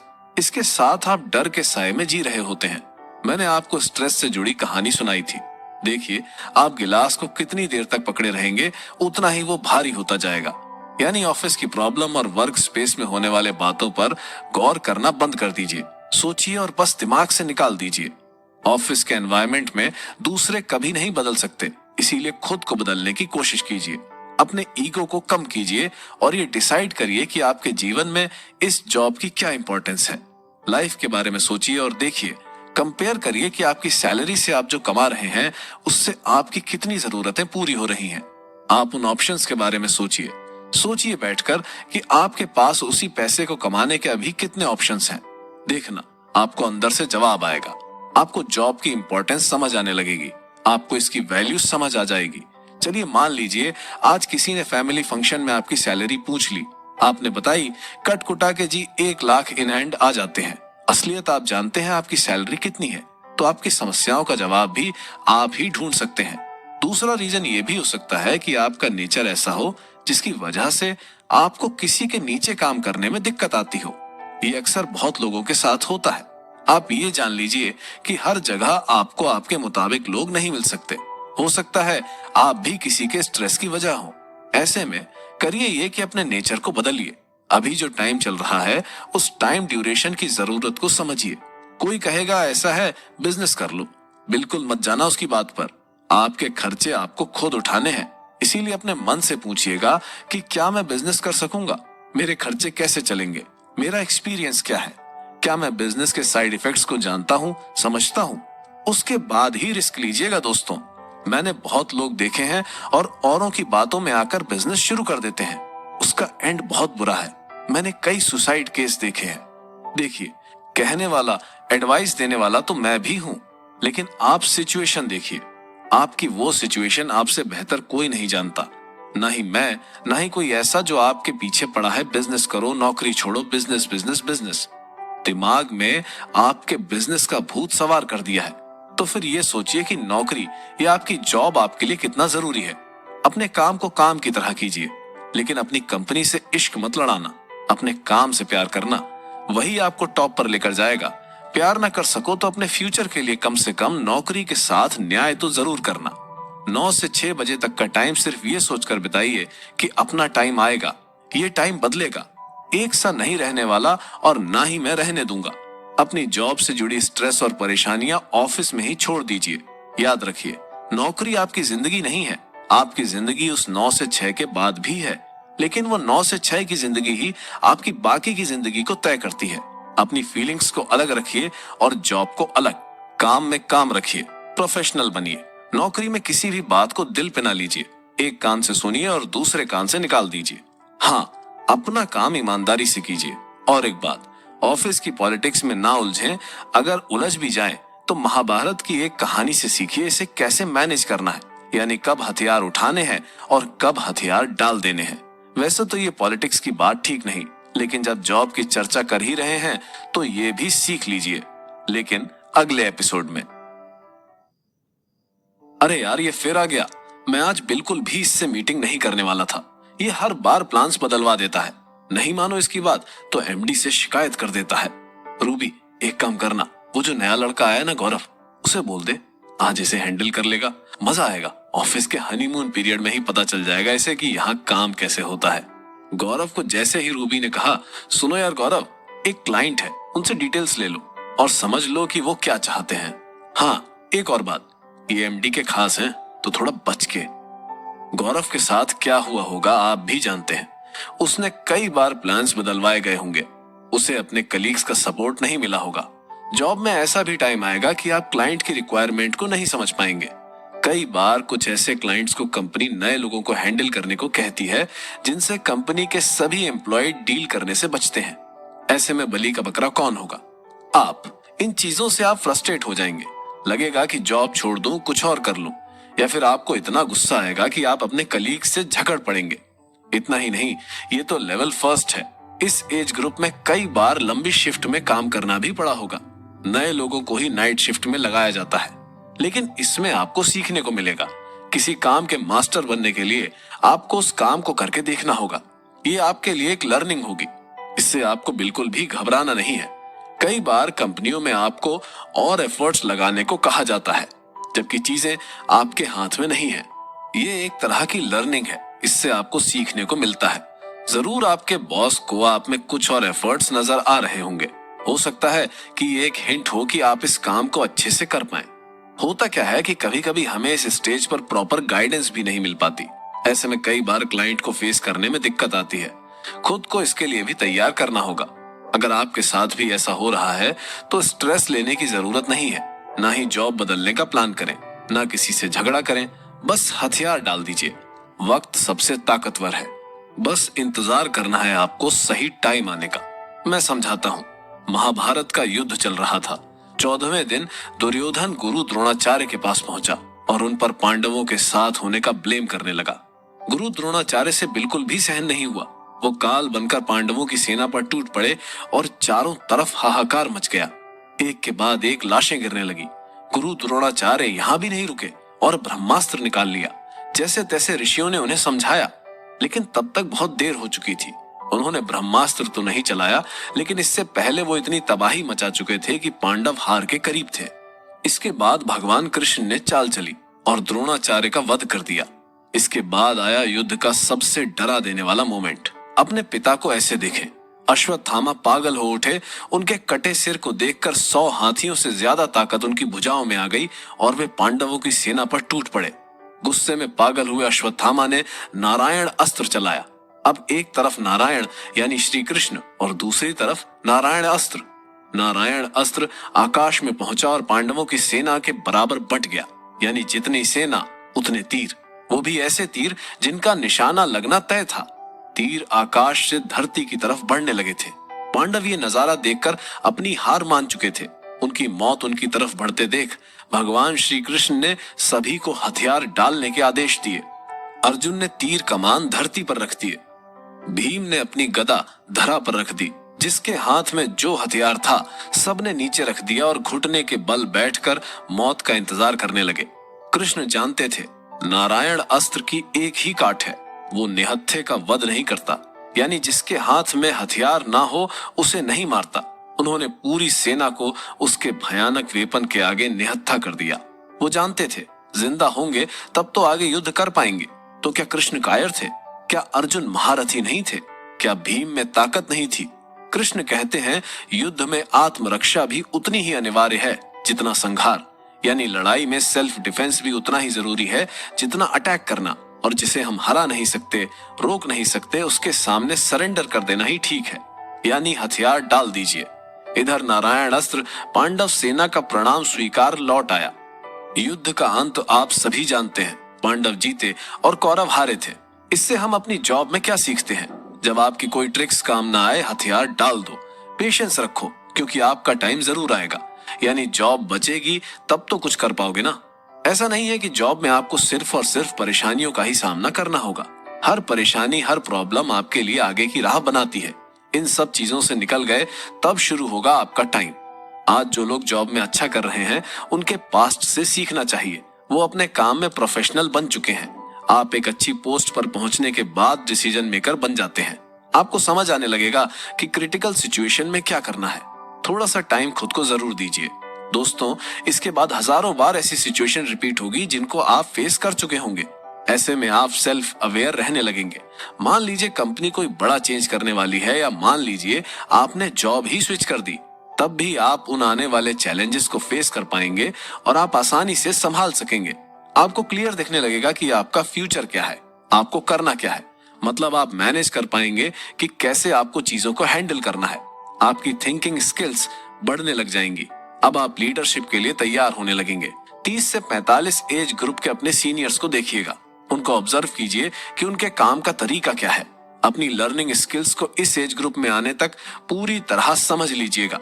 ऐसा ना हो कि आपने ये शुरुआत ही धीमी कर दी हो। आपने जो 10 साल पहले अपनी इंडस्ट्री में निकाले हैं, अब उसका एक्सपीरियंस सामने आने लगेगा। जैसे कभी किसी ने आपको हायर किया था, तो आज आप हायरिंग अथॉरिटी होंगे, अपने डोमेन में सुपीरियर बनने लगेंगे या बनने की कोशिश करें। कोई ऐसा काम ना हो जो आपको दे दिया जाए तो आप घबरा जाएं। इस एज में आपको एक टीम लीड करने की जिम्मेदारी मिल सकती है। इस सिचुएशन के लिए आपको खुद को तैयार करना होगा। वैसे 30 से 45 एज ग्रुप की अपनी अलग परेशानियां होती हैं। आज के माहौल में क्या है ना कि टेक्नोलॉजी बहुत तेजी से बढ़ रही है। ऐसे में होता यह है कि एक जूनियर एम्प्लॉय भी आपसे कुछ ना कुछ ज्यादा जानता है। ऐसे में कभी ना कभी आपको लगेगा, सेल्फ डाउट होने लगेगा कि काश मैं भी इस चीज को सीख लेता। या फिर कभी ऐसी सिचुएशन क्रिएट होती है कि आपको लगता है जब सीखा हुआ बेकार गया, मैंने ये काम खराब कर दिया, जबकि मैं इसे कई सालों से करता आ रहा हूँ। दोस्तों, हर 5 साल में चीजें बहुत बदल जाती हैं। बेहतर होगा आप अपनी टेक्नोलॉजी को अपडेट रखें। सेल्फ डाउट होना कोई क्राइम नहीं है। सबको कभी ना कभी ऐसा लगता है। मुझे भी ये स्टोरी लिखने से पहले एक पल के लिए लगा था कि नहीं कर पाऊंगा, लेकिन मैंने लिखी ना। रिसर्च आपको आपकी फील्ड का मास्टर बनाती है। अब जब आपको अपनी ही फील्ड में आगे बढ़ना है, तो कुछ टाइम निकालकर अपने लिए सेल्फ अवेयरनेस के लिए कुछ रिसर्च करते रहें। बाहर की कंट्री में मेरी फील्ड से जुड़ा क्या चल रहा है, मैं क्या चेंज ला सकता हूँ, ये सब चीजें आपको लीडरशिप दिलाएंगी। अपने पोटेंशियल्स पर डाउट मत कीजिए। जब आप मैनेजर लेवल पर होंगे, तो आपने देखा होगा आपके कलीग्स का बिहेवियर भी थोड़ा चेंज होने लगता है। आपको सपोर्ट मिलना कम हो जाता है। ऐसा इसलिए होता है कि आपकी एज ग्रुप के सभी लोग चाहते हैं कि लीडर मैं बन जाऊं, लेकिन ये पॉसिबल नहीं है। लीडर एक ही बनता है। ये टाइम है जब आपको खुद को साबित करना होगा, मैं अकेला भी टीम को हैंडल कर सकता हूँ। आपके साथ ही आपका अकड़ू टाइप बॉस सब आपकी लाइफ में कुछ ना कुछ सिखा कर जाएंगे। उनसे आपको निपटना होगा, वो भी अकेले। लीडर क्या होता है? यही तो है जो स्ट्रैटेजी को मेंटेन कर पाए और अपनी टीम को मुश्किल में से निकालकर बाहर ले जाए। ऑफिस पॉलिटिक्स चलती रहेगी, ये कभी खत्म नहीं होने वाली है। इस लेवल से आपको सीखने को बहुत कुछ मिलेगा। सबसे पहले आप तैयार होंगे एक लीडरशिप के लिए। एक बड़ी पिक्चर आपके सामने होगी, एक एक्सपीरियंस होगा जिससे आप आगे बढ़ सकें। फाइनेंशियल मजबूत होंगे। अब मान लीजिए आप एक बड़ी कंपनी में अच्छी पोजीशन पर हैं, जहां आपको बड़ी टीम को हैंडल करने की जिम्मेदारी मिलती है। तो दोस्त, आपसे भी एक्सपेक्ट किया जाता है कि आपका बिहेवियर अच्छा हो। इसके लिए आपको सीखना होगा वो स्किल जो हर किसी के पास नहीं होती, वो सुनने की स्किल जो कहा ही नहीं गया। अब इस स्किल को जानने के लिए चलते हैं अगले एपिसोड की। हम इंडियन जॉब कल्चर देखें तो 2 तरह की पॉसिबिलिटी नजर आती है, एक सरकारी नौकरी और एक प्राइवेट जॉब। अब सरकारी नौकरी या कंपटीशन एग्जाम देने वाले वो लोग हैं जिन्होंने ये पक्का सोच रखा है कि उन्हें ये जॉब लेकर रहनी है। मान लीजिए वो लोग जो कंपटीशन एग्जाम में सक्सेस नहीं हुए या जिन्होंने कभी कोशिश नहीं की, वो लोग हैं प्राइवेट जॉब। अब समझिएगा, हर कोई बिजनेसमैन नहीं बन सकता है। सारे लोग जॉब्स नहीं कर सकते। कोई ना कोई तो होगा जिसे एम्प्लॉयमेंट क्रिएट करना होगा। तो शायद हो सकता है आप जॉब के लिए बने हैं, तो इसी पर कॉन्सेंट्रेट कीजिए। गवर्नमेंट जॉब के बारे में शायद आप लोग मुझसे ज्यादा जानते हो। आप कभी एक आईपीएस या आईएएस के चेंबर में गए हैं? कभी मौका मिले तो जरूर जाइएगा। लाइन में बैठते हैं बिजनेसमैन इनसे मिलने के लिए। ये है जॉब का पावर। बात आगे प्राइवेट जॉब की होनी है, तो मैंने ये एग्जाम्पल आपको थोड़ा मोटिवेशन देने के लिए किया है। सरकारी जॉब की बात करें तो आईएएस आईपीएस से ऊपर कोई नहीं है। इसी तरह प्राइवेट जॉब में भी आपकी नजर टॉप पर पहुंचने में होनी चाहिए। एकदम से कोई टॉप पर नहीं पहुंच जाता। आपको हर फील्ड में मेहनत की जरूरत है, चाहे वो यूपीएससी हो या गवर्नमेंट बॉडी की टॉप पोस्ट हो या फिर प्राइवेट। सरकारें भी लिमिट में ही जॉब्स क्रिएट कर सकती हैं। तो घूम फिर कर बचा प्राइवेट सेक्टर। आप अगर सरकारी जॉब में टॉप मोस्ट पोस्ट पर नहीं है तो फिर उससे अच्छी तो प्राइवेट जॉब है। हाँ, क्वालिफिकेशन और मेहनत में कोई कमी नहीं है तो बड़ी सिटीज में आराम से आप लाखों रुपयों की जॉब पा सकते हैं। अब सबसे पहले समस्या कब शुरू होती है?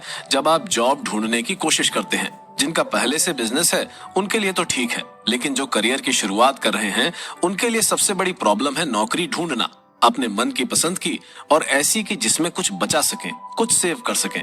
आप भी जानते होंगे कि पहली सैलरी से कुछ भी सेव नहीं होता। नौकरी शुरू करने से लेकर नौकरी के टॉप पर पहुंचने तक के कुछ सीक्रेट्स हैं। आखिर ये लोग टॉप पर पहुंचे कैसे? ज्यादा मत सोचिए, हर किसी ने आप ही की तरह जीरो से स्टार्ट किया था। कोई भी जॉब हो, आप 3 तरह के लोगों को देखते हैं। पहले फ्रेशर्स, दूसरे मिड सीनियर लेवल और उसके बाद आते हैं सुपर सीनियर, यानी ये लोग किसी बड़ी पोस्ट पर होंगे जैसे एमडी या फिर जिस भी लाइन में है उसके टॉप मोस्ट ऑफिसर। अब आप अपने खुद हिसाब से अपनी कैटेगरी देख लीजिए कि आप किस कैटेगरी में आते हैं और आपको करना क्या है। हम 3 तरह की जॉब प्रोफाइल पर बात करेंगे। पहला है 21 से 30, दूसरा 30 से 40 और तीसरा 40 से 55। इन सब की शुरुआत से पहले एक चीज आपको समझानी होगी, सीखने की उम्र कभी खत्म नहीं होती। ऐसे में आप कभी भी ये मत सोचिए कि आपको जॉब में 12 साल हो चुके हैं तो फ्रेशर आपको कुछ समझा नहीं पाएगा या उसे कुछ नया नहीं आता होगा। लीडर बनने के लिए किसी भी जॉब में आपको कलीग से कुछ ना कुछ सीखना होगा। शुरुआत करते हैं पहले सीक्रेट से। आप किसी भी एज ग्रुप के हों, आपको सारे एपिसोड में मजा आएगा। शुरुआत में जब आप ज्वाइन करेंगे तो आपके पास सीखने को बहुत कुछ होगा। यानी मैं समझता हूं आपकी एज 21 से 30 साल के बीच होगी, जब आपने अपने करियर की शुरुआत एक प्राइवेट एम्प्लॉय के रूप में की होगी। शुरुआत करते ही सबसे पहले आपको रिस्पेक्ट गेन करनी होगी और उसके साथ ही अपनी एक आइडेंटिटी बनानी होगी। समझाता हूँ कैसे। रोनित जॉब में नया नया आया था। वो कहते हैं ना, प्राइवेट में ज्यादा जैक चैक चलता नहीं है, सब आपकी मेहनत है। तो वो भी बिना जैक चैक वाला बंदा था, काम का पक्का था। गौर कीजिएगा, आपके ऑफिस में 2 तरह के लोग होते हैं, एक मोलेस्टर और एक होते हैं हेल्पर। मोलेस्टर आपके हर काम में कमी निकालेंगे और आपको बेवकूफ साबित करने की पूरी कोशिश करेंगे। ये अक्सर 6-7 साल का एक्सपीरियंस वाले बंदे होते हैं जिन्हें लगता है अहम ब्रह्मास्मि, क्योंकि इनसे आपको हर चीज पूछनी है और आपको इन्हीं से अपना काम निकलवाना है। इन्हीं में से निकल कर आते हैं हेल्पर, जो आपको हेल्प करेंगे।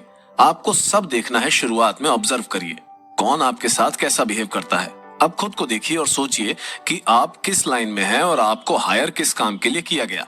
आपसे एक पोस्ट आगे काम कर रहे कलीग को नोटिस करिए, वो कैसे शॉर्टकट लेता है, यानी गधा मजदूरी नहीं, स्मार्ट वर्क। अब देखिए कि आप उसी काम को कितने अच्छे से कर सकते हैं। कोशिश करिए कि उसी काम को जल्दी से जल्दी कैसे निपटाया जाए। धीरे धीरे अपनी एक पहचान बनाइए और उस काम में खुद को मास्टर बना लीजिए। जैसे कहते हैं ना, पीएचडी कर लीजिए। ये सोच के कि आपको अब प्राइवेट जॉब में इसी से सिमिलर कुछ काम आगे अगले 10 सालों तक करना होगा। कुछ साल होंगे तो आपको धीरे धीरे सब समझ आने लगेगा। सबसे पहले उनको भूल जाइए जो कहते हैं तुम्हारे जाने से कंपनी को कोई फर्क नहीं पड़ने वाला। दोस्तों, जब एक आदमी नौकरी छोड़कर जाता है तो वो अकेले नहीं जाता, उसके साथ तमाम चीजें जाती हैं, जैसे कंपनी से जुड़े कस्टमर्स, उस एम्प्लॉय का एक्सपीरियंस। ज्यादातर कंपनियां इस चीज को एक्सेप्ट नहीं करती, लेकिन यही सच है। इंसान एक इंसान के साथ बिजनेस करता है, दीवार, छत और कंप्यूटर के साथ नहीं। तो आप समझ लीजिए, आप कंपनी के लिए बहुत जरूरी हैं। कभी भी इसे खुद पर हावी ना होने दें कि आपके जाने से काम नहीं रुकेगा। हाँ, काम रुकेगा, हो सकता है बहुत बड़ा नुकसान भी हो। टेक्नोलॉजी आ जाने के बाद भी कई बड़ी कंपनियां, स्पेशल मल्टीनेशनल कंपनीज इस चीज को समझती हैं। तभी तो एम्प्लॉइज के रिजाइन डालने पर उन्हें काउंटर ऑफर यानी सैलरी हाइक का लालच जरूर दिया जाता है। आपने देखा होगा, आपकी कंपनी में कोई ना कोई ऐसा टीम लीड जरूर होगा जो जरूरत से ज्यादा होशियार है। ऐसे लोग कंपनी के लिए खतरा होते हैं। वो ऊपर उठने के लिए किसी को भी नीचे गिरा सकते हैं। ऐसे ही लीडर्स अपनी पर्सनल ग्रोथ के लिए कंपनी की ग्रोथ को रोकने में भी कोई परहेज नहीं करते।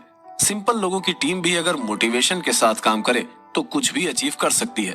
इसीलिए कंपनी के टॉप मैनेजमेंट में ऐसे लोगों का होना जरूरी है जो अपने प्रमोशन के लिए नहीं, टीम और बिजनेस ग्रोथ के लिए काम करें। बात हो रही है सुपर सीनियर लोगों की। पहले उन्हें समझना जरूरी है कि एक एम्प्लॉय की कंपनी में कितनी जरूरत है।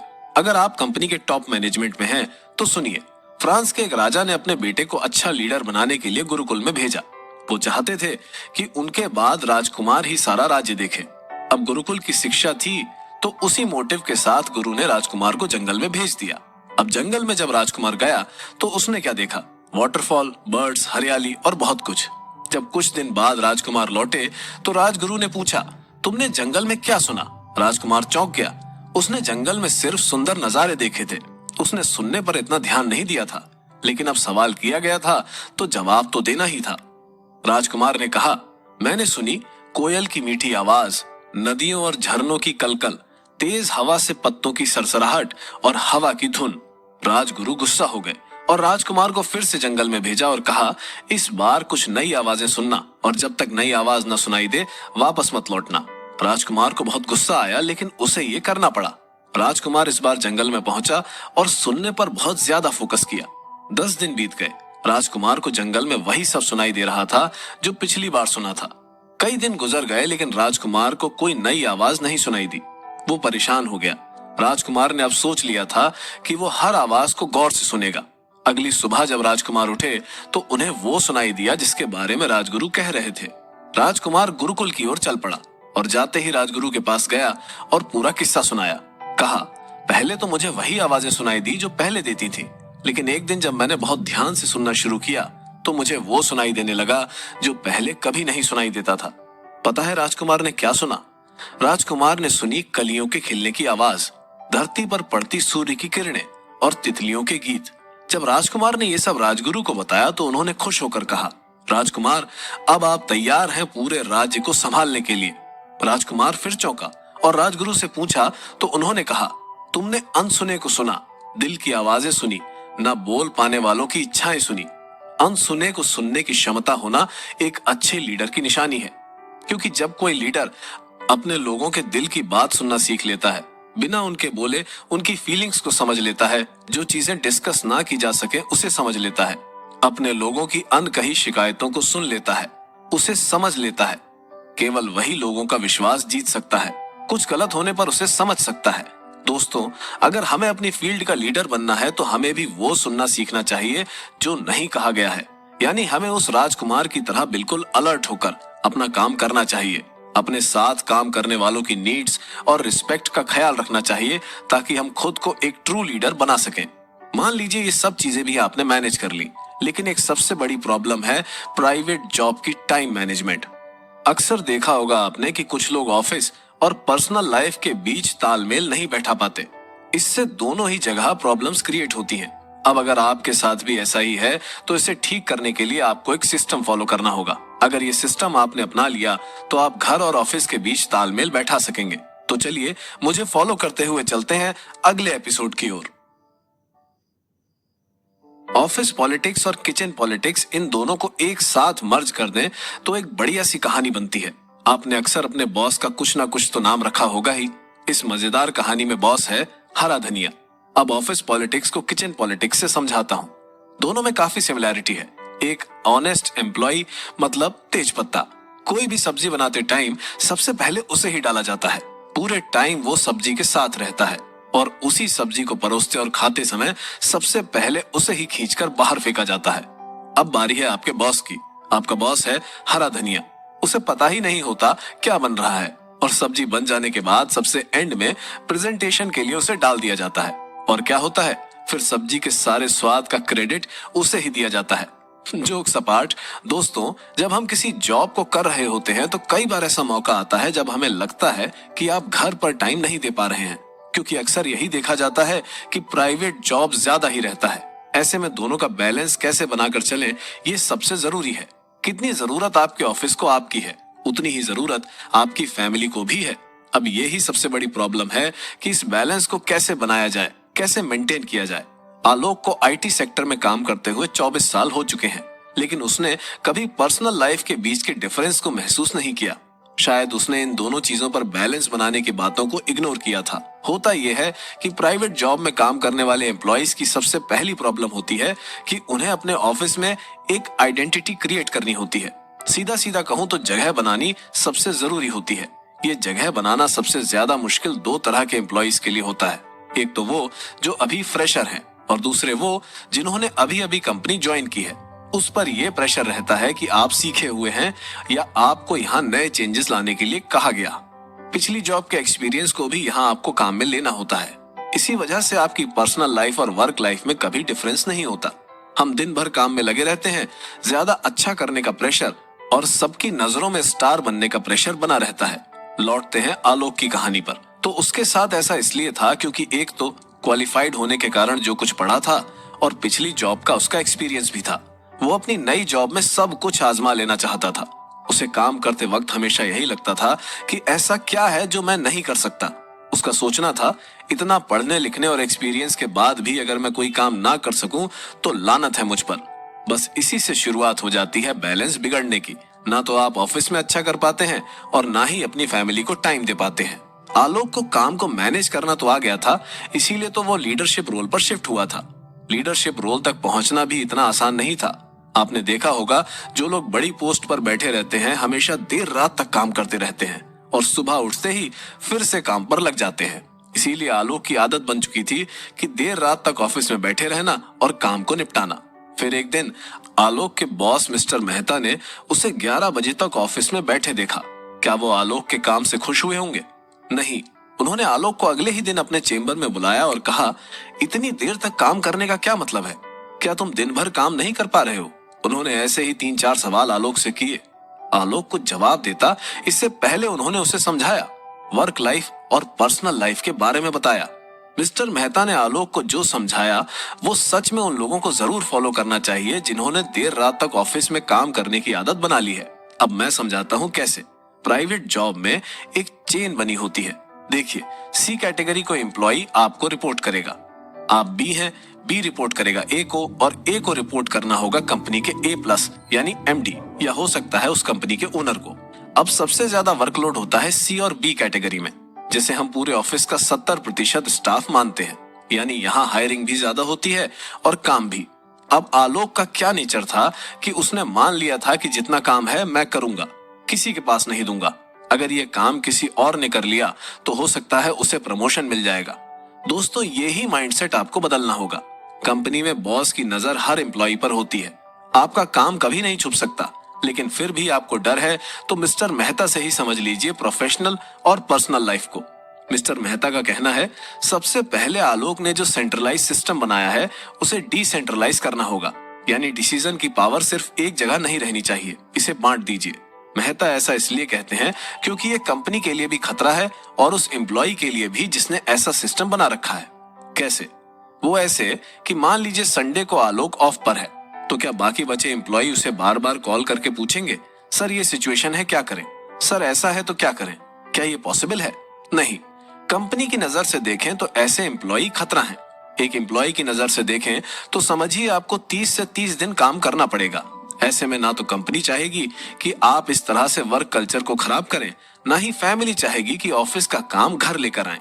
इसीलिए सैलरी आपको 30 दिनों की ही मिलनी है, चाहे आप 26 दिन काम करें या फिर 30 दिन। अब ऐसा आपके साथ हो भी रहा है और सालों की आदत है। जाहिर सी बात है, इसे बदलने में भी टाइम लगेगा। ऐसे में करना आपको यह है कि अपना काम नीचे के बंदों को देना, उनसे काम करवाना। यही है सेंट्रलाइज्ड सिस्टम को डिसेंट्रलाइज करना। जो काम कल तक आप करते आ रहे थे उसे आपको अपने नीचे काम कर रहे एम्प्लॉइज से करवाना है। कमांड आप अपने हाथ में रखिए, लेकिन जो काम जरूरी नहीं है उन्हें आप नीचे के लेवल में बांट सकते हैं। शिफ्ट के हिसाब से बांट दीजिए या फिर टैलेंट के हिसाब से, क्योंकि आपकी टीम में काम कर रहे लोगों को आपसे बेहतर कोई नहीं जानता है। जब तक आप काम किसी और को नहीं देंगे तब तक आपके साथ परेशानी बनी रहेगी। आप सारे कंट्रोल अपने हाथ में नहीं रख सकते। ऐसा करेंगे तो आप अपने लिए टाइम नहीं निकाल पाएंगे। ये स्किल आपको सीखनी है, लोगों को काम सिखाना और फिर उनसे काम लेना। ये बहुत बड़ा टैलेंट है। ये उनके लिए जरूरी है जिन्हें लगता है मैंने इनको सब सिखा दिया तो मेरे हाथ में क्या रह जाएगा और नौकरी खतरे में पड़ जाएगी। उन्हें यह सीखना चाहिए कि दूसरों को सिखाएं और खुद में नए स्किल्स डेवलप करें। सबसे पहले खुद से एक मीटिंग करें, सोचें सबसे जरूरी काम कौन सा है और उसे अपने हाथों में रखें और देखें कि कैसे ऐसे काम हैं जो टीम से कराए जा सकते हैं। उन सेकेंडरी कामों को अपनी टीम को करने को कह दीजिए। अपने वीक ऑफ कभी मिस ना करें। याद रखें, घर के किसी भी जरूरी इवेंट को आपको ये कहकर मिस ना करना पड़े कि आज ऑफिस में बहुत काम है, आप लोग निपटा लीजिए, मैं शाम को आऊंगा। ये बात आपको समझनी होगी कि जिंदगी में जो लम्हे आपके बगैर बीत जाएंगे वो लम्हे दोबारा आपके लिए नहीं आएंगे और ना ही आप अपनी फैमिली के साथ वो पल दोबारा जी पाएंगे। इसीलिए ऑफिस के काम के साथ साथ फैमिली और पर्सनल लाइफ के लिए भी टाइम स्पेंड करें। ऑफिस में काम करते हुए कभी वर्कलोड बढ़ता नजर आए तो अपने कलीग से या टीम से जरूर डिस्कस करें। अपने साथियों से जरूर हेल्प मांगे, नहीं तो एक ही काम और इतना सारा बोझ संभालते हुए थक जाएंगे और हार मान लेंगे। इसके बाद आप अपनी लाइफ में ड्रामेटिक चेंजेस देखेंगे। आपको खुद लगेगा कि आप ना सिर्फ टाइम से ऑफिस से निकल रहे हैं, बल्कि ऑफिस के स्ट्रेस से भी बाहर निकल रहे हैं। फैमिली को टाइम दे पाएंगे। ऑफिस से लगाव रखिए, जरूर रखिए। इतना नहीं कि आप अपने घर को ही भूल जाएं। अब तक आपने बहुत कुछ सीखा होगा, कई ऐसी चीजें भी सुनी होंगी जहां आपको लगा होगा कि अरे ये तो मेरे साथ भी हो रहा है। अब सबसे जरूरी एडवाइस, जॉब प्राइवेट हो या सरकारी, इसके लिए पूरा एपिसोड है, जिसे सुनने के लिए आपको मेरे साथ चलना होगा। कहां? अगले एपिसोड की तरफ। आज का सबसे बड़ा सवाल है कि प्राइवेट जॉब करूं या गवर्नमेंट जॉब। दोस्तों, सबसे अच्छी जॉब वो है जिसमें आप सेटिस्फाइड हो, जो काम करने में आपको मजा आता हो। बिना नौकरी की जिंदगी बहुत ही मुश्किल होती है मेरे दोस्त। विजय 30 साल का है, लेकिन अब तक उसने कहीं जॉब नहीं की। विजय ने सरकारी कॉलेज से बीटेक किया था, मैकेनिकल इंजीनियरिंग। कैंपस प्लेसमेंट में कोई नौकरी नहीं मिली तो उसने कैंपस के बाहर भी ट्राई किया। वहां जॉब तो थी, लेकिन सैलरी बहुत कम थी। विजय ने सोचा सरकारी नौकरी की तैयारी कर लेता हूँ। अभी 2024 चल रहा है और विजय 7 साल से सरकारी नौकरी की तैयारी ही कर रहा है। हर बार वो 2 या 3 नंबरों से रह जाता है, लेकिन 7 साल बहुत मायने रखता है मेरे दोस्त। अब शुरू होती है विजय की वो कहानी जो हर अनएम्प्लॉयड के साथ होती है। उससे ज्यादा चिंता उसके रिश्तेदारों को होती है, जो अब भी फोन करते हैं तब एक बार जरूर पूछते हैं, आपका बेटा भी क्या कर रहा है। वो जब भी सुबह उठता है तो लगता है कि मैं अपने पेरेंट्स पर एक बोझ हूँ, क्योंकि 30 साल का होने के बावजूद उनके पैसों पर जी रहा हूँ। उसके पापा हर रोज उसे कहते हैं, बेटा टाइम लो, मन लगाकर पढ़ो और एक अच्छी सी जॉब करो। लेकिन विजय की माँ कहती हैं, बेटा तेरे सारे दोस्तों की नौकरी लग गई और अब तू भी छोड़ इस सरकारी नौकरी का चक्कर और कुछ प्राइवेट ही देख ले। विजय हर बार यही कोशिश करता है कि कहीं भी बाहर जाए तो कम से कम खर्च करे। वो हमेशा पैसे बचाने के बारे में सोचता है, क्योंकि उसे वो पैसे अपने पेरेंट्स से लेने हैं। वो फाइनेंशियल फ्रीडम महसूस नहीं कर पा रहा है। विजय ने सोशल मीडिया से भी दूरी बना ली है, क्योंकि हर चैट में कोई ना कोई दोस्त पूछ ही लेता है, क्या कर रहे हो आजकल। फिर उनकी फोटोज देखकर उसे जलन भी होती है कि काश मेरे पास भी एक जॉब होती। उसे रातों को जल्दी नींद नहीं आती, क्योंकि उसका दिमाग यही सोचता रहता है, क्या होगा अगर मैं इस बार भी फेल हो गया। वो किसी परिवार के किसी फंक्शन में नहीं जाता, क्योंकि वहां पर उसके छोटे कजन भाई बहन हैं जो जॉब पर लग चुके हैं और अच्छा खासा कमा रहे हैं। उसका मानना है कि उसके कजन सामने तो नहीं, लेकिन पीठ पीछे हंसते जरूर होंगे, क्योंकि वो उनसे बड़ा होते हुए भी अब तक जॉब नहीं कर रहा है। उसे लाइफ बहुत मुश्किल लगने लगी है। दोस्तों, ये है सरकारी नौकरी के पीछे भागने वालों के लिए एक एडवाइस। वैसे तो इस तरह का कंपैरिजन करना ठीक नहीं है, क्योंकि सरकारी नौकरी या प्राइवेट नौकरी पर्सनल लाइक्स पर डिपेंड करती है। कुछ लोगों के लिए सरकारी नौकरी प्रायोरिटी है तो कुछ के लिए प्राइवेट जॉब। एक वक्त था जब लोग सरकारी नौकरी के लिए जी तोड़ मेहनत करके पढ़ाई करते थे और उसे पाकर वो और उनकी फैमिली बहुत खुश हो जाती थी। जॉब सिक्योरिटी, पेंशन और स्टेबल लाइफ के रीजन से गवर्नमेंट जॉब की अलग ही चार्म होती थी। लेकिन अब टाइम चेंज हो गया है। इकोनॉमी, डेवलपमेंट पर अवेयरनेस और सोसाइटी ने सरकारी नौकरी की परिभाषा बिल्कुल बदल कर रखती है। अब के सरकारी नौकरी में वो सारी बातें नहीं है, क्योंकि बहुत हद तक पॉलिसी और नए इनिशिएटिव्स ने काम करने के तरीके बदल दिए हैं। इससे आप मानकर चलिए कि आने वाले टाइम में बहुत कुछ बदलने वाला है। मैं कहता हूं, अगर आपको सरकारी नौकरी ही करनी है तो ग्रेजुएशन से पहले ही इसका एक बेस बना लीजिए। फिर कभी मुड़कर प्राइवेट जॉब की तरफ मत देखना, क्योंकि एक बार आपने सरकारी नौकरी करने की बात ठान ली तो जरूर तैयारी करें। लेकिन सिचुएशन नहीं क्लियर होने में प्लान बी यानी प्राइवेट जॉब, सरकारी नौकरी के पीछे सब भागते हैं। इसीलिए मैं ज्यादा इसमें कुछ डिस्कस नहीं करूंगा, लेकिन विजय को एक कंपेयर करने के लिए एक सिचुएशन दूंगा, जिसमें वो अपने पापा को समझा सके कि प्राइवेट जॉब भी इतनी बुरी नहीं है। आज के समय में हम यूथ के बीच सबसे बड़ा कंफ्यूजन होता है सरकारी नौकरी और प्राइवेट जॉब्स के बीच में। सरकारी नौकरी में कंपटीशन इतना बढ़ गया है कि कॉम्पिटिटिव एग्जाम निकालना बहुत मुश्किल हो गया है। वहीं प्राइवेट नौकरी पाना थोड़ा इजी है, लेकिन यहाँ पर आप सिर्फ अपने टैलेंट के दम पर ही टिक सकते हैं। आज भी कुछ लोगों को लगता है कि सरकारी नौकरी प्राइवेट नौकरी के कंपैरिजन में बहुत आसान है। दोस्तों, ऐसा 20 से 25 साल पहले तक होता था। हाँ, सरकारी नौकरी सेफ है, इसे मैं बिल्कुल मानता हूँ, लेकिन आज इसमें चैलेंजेस बहुत हैं। रोज नए नए केस आते हैं। सरकारी नौकरी अब उतनी आसान नहीं रही। इसका सबसे बड़ा कारण अवेयरनेस है। सरकार फैसिलिटी देने के रोज नए इनिशिएटिव कर रही है। सरकारी ऑफिसेज में रोज नए चेंजेस हो रहे हैं। सभी को आगे जवाब देना पड़ता है, आपने गलती से भी करप्शन किया तो समझो आपकी नौकरी गई। इंटरनेट पर वीडियोस देखना कितना मुश्किल है सरकारी नौकरी करना। बैंक की जॉब्स को ही देख लीजिए।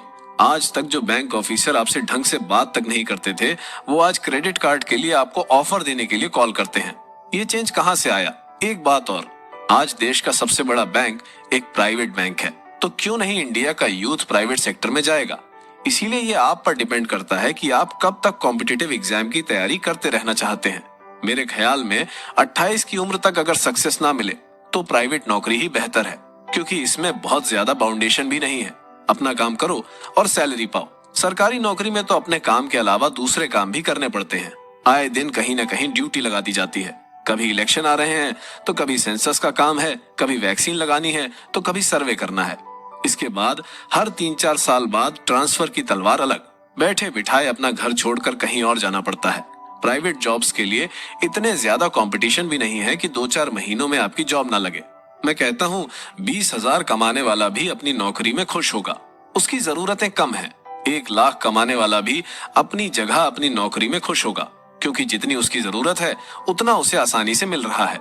अगर आप में पोटेंशियल है तो फिर ज्यादा टाइम कॉम्पिटिटिव एग्जाम में वेस्ट नहीं करना चाहिए।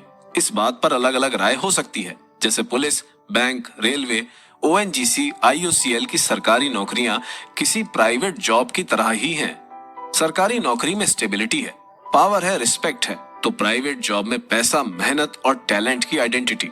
किसी को पैसा तो किसी को पावर पसंद है, इसीलिए कुछ को प्राइवेट तो कुछ को सरकारी नौकरी पसंद है। दोस्तों, जॉब कोई भी हो, लेकिन आप एट द एंड सोचते यही हैं कि फ्यूचर में क्या होगा। चाहे आप सरकारी नौकरी करें या प्राइवेट, सेविंग्स तो आपको करनी ही होंगी। साथ ही एक चीज जरूर याद रखें कि सीखने की उम्र कभी खत्म नहीं होती। चलिए लास्ट एपिसोड की ओर बढ़ते हैं और देखते हैं कि लर्निंग्स के साथ सेविंग्स आपको कहां से कहां पहुंचा देंगी। मैं भी पिछले 20 साल से प्राइवेट नौकरी में हूं, लेकिन फाइनेंशियल डिसीजन से जुड़ी गलतियां सभी लोग करते ही हैं। अगर आप प्राइवेट जॉब में बने रहना चाहते हैं तो कभी भी लर्निंग ना छोड़ देना। आपके पास कितनी भी स्किल्स हो, लेकिन 5 साल में कुछ ना कुछ बड़ा चेंज जरूर आता है, इसीलिए सीखते रहिए। कुछ लोग घमंड में ये मान लेते हैं कि उनके बिना कंपनी नहीं चलेगी। ये एक बहुत बड़ी गलती है। अगर आप मैनेजमेंट में हैं तो शायद कुछ फर्क पड़ भी सकता है, लेकिन याद रखिए कि हर किसी को बदला जा सकता है, चाहे फिर वो CEO ही क्यों ना हो। अपनी पोस्ट पर बने रहने के लिए कुछ ना कुछ नया करते रहें। दूसरी बड़ी गलती यह है कि अपना कंपैरिजन दूसरे लोगों से करना। हर कंपनी में लगभग 20:80 का नियम लगता है।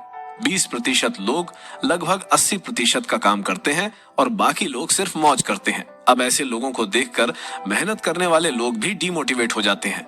सब अपनी अपनी किस्मत के हिसाब से कमाने में लगे हुए हैं। आपको उन पर ध्यान देना ही नहीं है और आपको अपने काम से काम रखना है। चौथा, time is money, time is everything.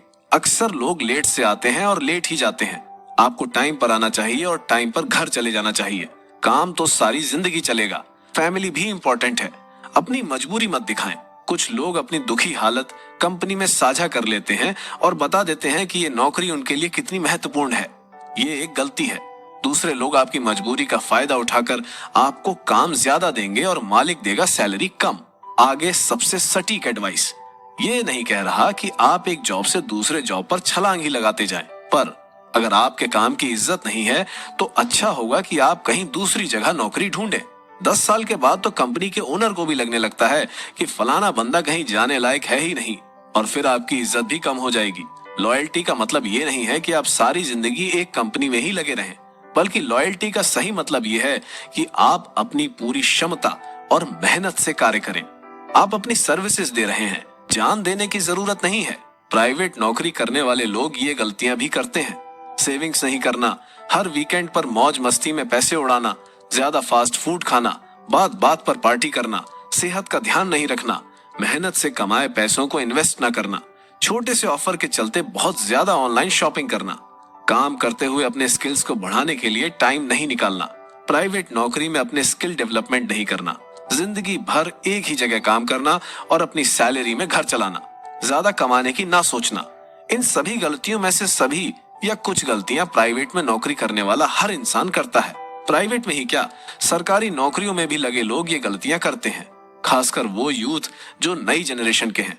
मैं ये नहीं कहता कि सभी आदतों को आप एक साथ ठीक कर लीजिए, एक एक करके शुरू कीजिए और फिर देखिए कितना बड़ा चेंज आता है आपकी लाइफ में। ये मानकर चलिए कि नौकरी 50 साल की उम्र तक ही रहेगी। अगर उसके बाद भी जॉब है तो आपकी खुशकिस्मती है, लेकिन आज के खर्चे और फ्यूचर की प्लानिंग्स 50 साल के हिसाब से ही करें। सेविंग्स बहुत इंपॉर्टेंट है। बॉस को पीछे से गाली देने या मन ही मन गुस्सा करने से कोई फायदा नहीं है। यकीन मानिए, बॉस होना आसान नहीं है। आपको सिर्फ अपना देखना है। बॉस को काम के साथ साथ पूरी कंपनी के बारे में सोचना है। आपके बॉस पर आपसे ज्यादा प्रेशर होता है। बॉस को 24 घंटे कंपनी के बारे में सोचना होता है। अगर नौकरी चली भी जाए तो इस घमंड में मत रहिए कि मैं पुरानी कंपनी में बड़ा काम करता था, इसीलिए नई जगह भी मुझे वैसा ही मिल जाएगा। जितने नखरे करेंगे उतना ही टाइम निकलता जाएगा। घर और गाड़ी अब लग्जरी नहीं है, अब ये जरूरत है, इसीलिए इनको जरूर खरीदिए, लेकिन अपने बजट के हिसाब से। जितना हो सके ईएमआई से बचना चाहिए। लायबिलिटी जितनी ज्यादा होगी, नौकरी की टेंशन उतनी ही ज्यादा होगी।